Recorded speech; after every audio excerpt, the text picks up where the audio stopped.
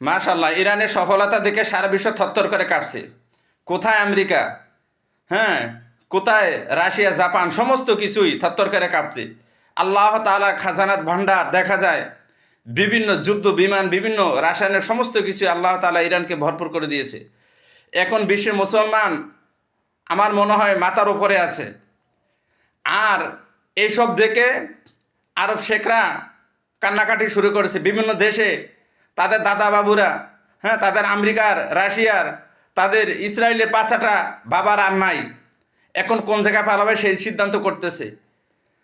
এই আরব শেখরা দেখা যায় যখন ফিলিস্তিন মারা যায় মানুষ, বিভিন্ন তাদের কারণে বিভিন্ন দেশে মানুষ মারা যাচ্ছে তাদের এই এই রং তামাশার কারণে, তখন কিন্তু তখন কিন্তু বিভিন্ন ওলামা একরাম, তখন কিন্তু সু যারা হুজুর আছেন, তখন কিন্তু আরবের বড় বড় শায়েখরা এই ফতোয়া দেয় না যে এখন মানুষ মারা হারাম।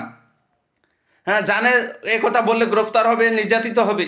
হ্যাঁ, তারা যখন দেখা যায় ফিলিস্তিনে লক্ষ লক্ষ হাজার হাজার মানুষ মারতেছে সারা বিশ্বে, হ্যাঁ, ইহুদি নাসারা বেদিনরা, তখন আরবের শেখরা মাখিবাজি করে, আরবের শেখরা মাখিবাজি করে আর আনন্দ ফুর্তি করে বিভিন্ন হোটেলে, বিভিন্ন ইয়েতে।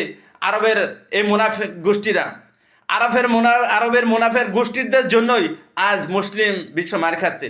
তারা যদি আল্লাহ তাআলা যে শক্তি দান করছে, তারা যদি ইরানের মতো শক্ত হয়ে দাঁড়াতো, আজকে পশ্চিমারা এসে এই মুসলমানদের ওপর লাঞ্ছিত বঞ্চিত করতো না, ইহুদি নামে জালেমরা এসব করতো না ফিলিস্তিনের ওপরে।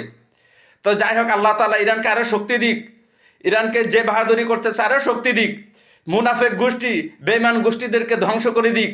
আরব কান্ট্রিতে যত ইসরায়েল এবং আমেরিকার সেনাঘাটি আছে, বিভিন্ন স্থাপনা আছে, ধ্বংস করে দিক। আল্লাহ তাআলা এই ইরানের পক্ষে আছে, সারা বিশ্বের মুসলিম ইরানের পক্ষে আছে ইনশাল্লাহ। আমরা সবাই ইরানের জন্য দোয়া করব, আর মুনাফেক এবং জালেম গোষ্ঠী খতম হোক, দোয়া করে ইনশাল্লাহ। আসসালামু আলাইকুম রহমতুল্লাহ।